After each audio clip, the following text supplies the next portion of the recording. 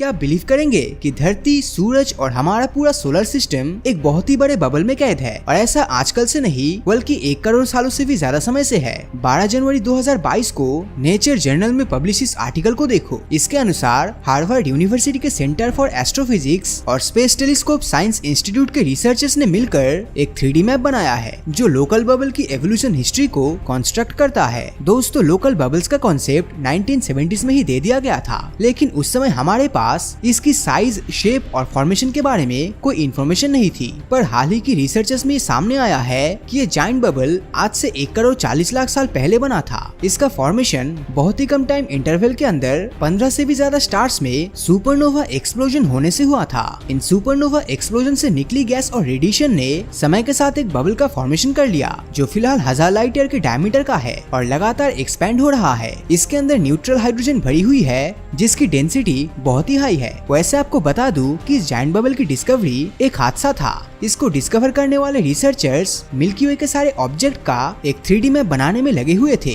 GAIA space observatory के data को analyse करते समय कैथरीन जूकर और उनकी टीम ने पाया कि पिछले 1 करोड़ 40 लाख सालों में हमारे सूरज के अराउंड कोई भी नए स्टार का फॉर्मेशन नहीं हुआ है, पर धरती के अराउंड कुछ ऐसे एरियाज है जहाँ पर नए स्टार्स के फॉर्मेशन के लिए इनफ मटेरियल अवेलेबल है और वहाँ पर न्यू स्टार के फॉर्मेशन के सबूत भी देखने को मिलते हैं। इसी तरह उन्हें इस जायंट बबल के बारे में पता चला जिसे हम आज लोकल बबल के नाम से जानते हैं। आपको बता दूं कि इस बबल के अंदर जो भी ऑब्जेक्ट है वो या तो बबल की फॉर्मेशन के समय से इसके अंदर है या फिर बाहर से इसके अंदर गया है। हमारा सूरज भी ओरिजिनली इसके अंदर नहीं हुआ करता था और आज से करीब 50 लाख साल पहले ही मिल्की वे के सेंट्रल सुपरमैसिव ब्लैक होल को ऑर्बिट करते हुए जायंट बबल के अंदर एंटर हुआ था। अगर हमारा सूरज हमेशा से इस बबल का पार्ट रहा होता तो शायद आज हम एग्जिस्ट ही नहीं कर रहे होते। अब जैसा कि मैंने आपको अभी बताया था कि ये जायंट बबल 15 सुपरनोवा एक्सप्लोजन के कारण हुआ था। सुपरनोवा एक्सप्लोजन्स अपने आसपास के स्पेस में बहुत डिस्ट्रक्शन करते हैं और ऐसे में किसी भी लाइफ फॉर्म का एग्जिस्ट कर पाना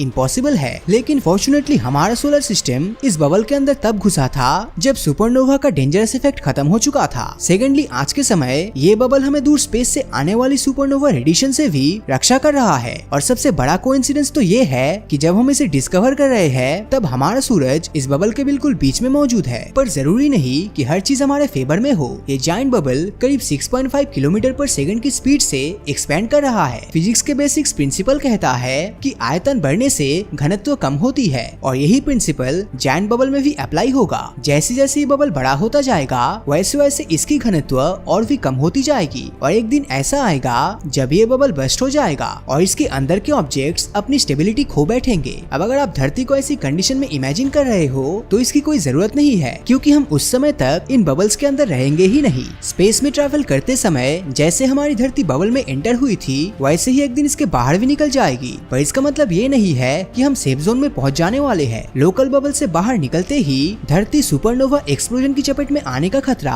और भी बढ़ जाएगा। आज से करीब 35 करोड़ साल पहले लेट डेवोनियन पीरियड में एक ऐसी घटना ऑलरेडी हो चुकी है। उस समय किसी सुपरनोवा धमाके से आई रेडिएशन बर्स्ट ने हमारी ओजोन लेयर को तबाह कर दिया था। इसके सबूत हमें इस पीरियड के रॉक सैंपल में भी दिखाई देते हैं। ओजोन लेयर डिस्ट्रॉय होने से धरती की सरफेस पर अल्ट्रावायोलेट रेज आने लगेगी, ये तो आप बचपन से ही जानते हो। पर इसके कारण धरती के एटमॉस्फेयर में एंटर होने वाली कॉस्मिक रेज भी बढ़ने लगेगी, जिनके कारण धरती पर बिजली गिरने की घटनाएं भी काफी बढ़ जाएगी। हमारे जंगल में लगने वाली आग का मेन रीजन भी बिजली का गिरना ही होता है। मतलब जंगलों के फायर केसेस काफी तेजी से बढ़ जाएंगे और धरती पर लाइफ बहुत ही डिफिकल्ट हो जाएगा। बट ये तो करोड़ साल बाद होगा, राइट? इसके लिए हम क्यों टेंशन ले। दोस्तों, आपको बता दूं कि हमारे लोकल बबल के अंदर भी कुछ ऐसे एरियाज एग्जिस्ट करते हैं जहां आने वाले भविष्य में सुपरनोवा धमाका हो सकता है और ये एक्सप्लोजन कब और कैसे होगा इसका अंदाजा पहले से ही नहीं लगाया जा सकता। हम इंसान लंबे समय से ऐसे बबल्स के कॉन्सेप्ट को एज्यूम कर रहे थे और अब हमें उसके मौजूदगी के बारे में पता चला है। पर अभी इस फील्ड में हमारी रिसर्च बहुत ही लिमिटेड है। हमें तो ये भी नहीं पता कि धरती पर लाइफ की तरह क्या ये बबल्स भी पूरे यूनिवर्स में यूनिक है या फिर इस यूनिवर्स में ऐसी इनफाइनाइट बबल्स एग्जिस्ट करता है। हो सकता है कि यूनिवर्स में ऐसे बबल्स बहुत ही कॉमन हो और हमारा सूरज एक बबल से निकलते ही दूसरे बबल में एंटर हो जाए, पर फिलहाल तक हमारे पास इसका कोई प्रूफ नहीं है। इस पूरे एनालिसिस को सुनने के बाद आपके दिमाग में कई सारे सवाल घूम सकते हैं, जैसे कि इन बबल्स का फॉर्मेशन आखिर कैसे हुआ होगा, जब सूरज इस बबल में एंटर हुआ था